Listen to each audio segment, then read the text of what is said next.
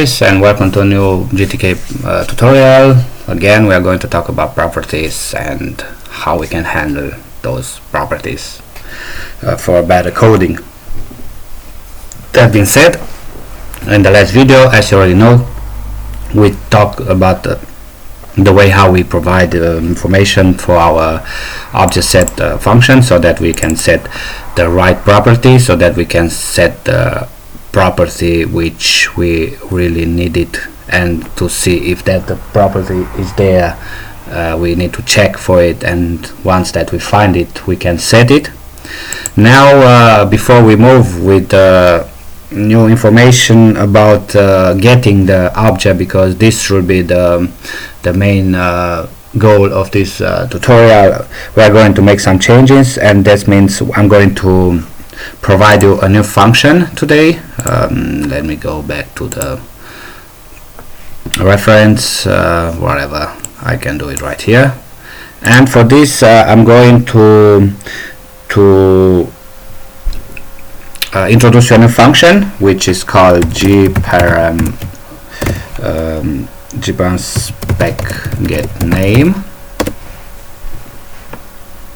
and this function says gets the name of GParam spec. So the name is always an internet string as per G-intern string. This allows for pointer value comparisons. Okay, that's very important. So the spec is a valid GParam spec. What this exactly means, let us go a little bit back to our program.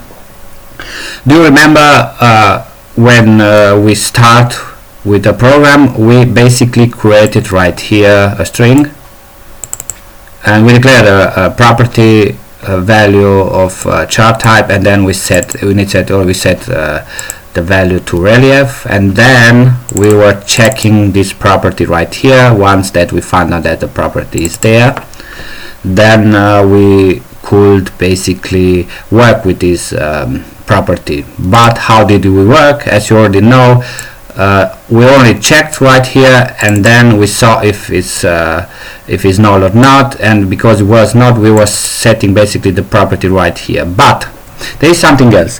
There is something which you can do more than this. You can actually get the name of the property for better. You can get the name of the property from this information with the help of this function. How does this work? Basically, we call this function on the pointer of GParam spec itself, and returns back us a string which gives us the opportunity to use that name. So let us see how it works. For this we need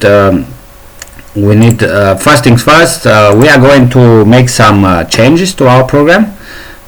This means before we do this check, we are going to use another macro to see, just to be sure that the pointer itself is the pointer which we are going to work with. So we are going to say if GParam if G is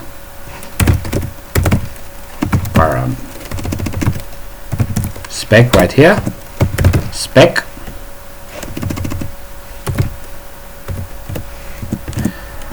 and now only now we are going to work with this information right here.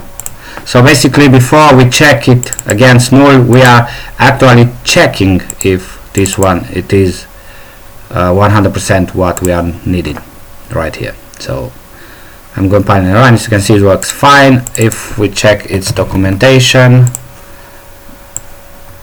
you're going to see it's nothing special. Checks whether the spec is a valid GParam structure of type G type parameter or derivative. This thing is not, it should not be something new for you, because you saw I was using it a lot in my other codes. For, we are using it a lot when we are checking against widgets before we set some information or moreover, all those information, or most of them, were happening in the callbacks function, where I was checking GTK's whatever button or link button or something like that. Okay, so now that the information is there and we know that it's X, then we can check it against node and we start to set. Now it is the time to make those new changes, which means it is time to call GParmSpec_getName function right now. So I'm going to say right here, it says G const char. I'm going to do the same here. I'm going to say name, or better prop name, and we are going to point the function itself. And because we are fine now, everything is 100% sure, we can safely pass the pspec pointer. And now, because we have this name right here, I'm going to print it, g print, just to be sure that it's working. So the prop name is, and of course we are going to say prop name. Okay, now let me compile and run and see what happens. And as you can see, now says the prop name is relief, you see, and everything works fine. So because it's working fine, I'm going to copy this one right here and pass it this time right here. What does exactly means this? Basically, if you want to drop this one right here and pass it here, you can save more space by dropping this one. You don't really need it, you just pass the property name right here, because the way how the program flow works, at this point it is important for you to know, and for others which they are debugging your code, that you are making a searching, you are searching something, you are searching this thing, but you are not interested about this thing anymore. Once that is there, you should work with what you find and not with what you need to find. So basically you don't need to work with this argument right here, or with a variable which we had it right there. You need to work with what you find. So what did we find? We found that the relief itself, it is inside of that. It is a property which is available for our object class, and for that we are checking if everything was fine by watching inside the property list which were available for us in the class init function. And once that we find it, we got the name of the property, proper name from the property, based on what the GObject class find property returns, and we are using this name instead and not the property value which we decide to use it. We are using the value which we found out that is there. That's the main difference. I hope you understand what the difference does. Now the next part, the next important part right now for you, what you need to know, it is about the value. Here we found out, as you already know, the name, but we don't know the value.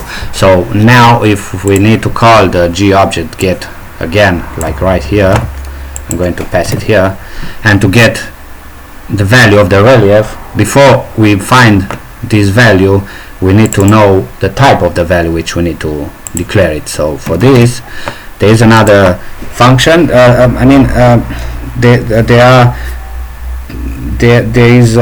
are two things which we are going to use right now, and the first one, it is a function which is called GParmSpec value type. So GParmSpec, we can find it right here, value type. It says retrieve the G type to initialize the G value for this parameter. About the G type, G values, we are not going to work in too much theory right now, because it's too much information needed for this story, and we are going to use this information another time, and I'm going to provide you more about these values. I think I'm going to stop now because the video is too long, and I'm going to make the next video about this story.